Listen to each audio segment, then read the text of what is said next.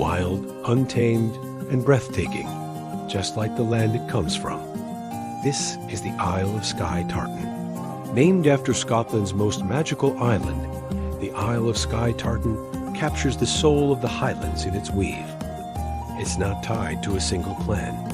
It belongs to everyone who carries Scotland in their heart. Designed in 1992 by Angus MacLeod of Lewis, it quickly became one of Scotland's most loved modern tartans, symbolizing the unity of all Scots. Every color tells a story of Skye itself.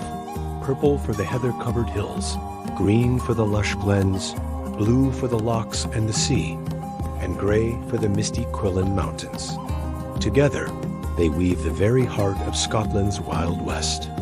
Today, it's worn with pride at weddings, festivals, and celebrations worldwide, a symbol of connection and a spirit that never fades. The Isle of Skye Tartan, Scotland's landscape in every thread. Thanks for watching, and be sure to follow for more stories from the heart of Scotland.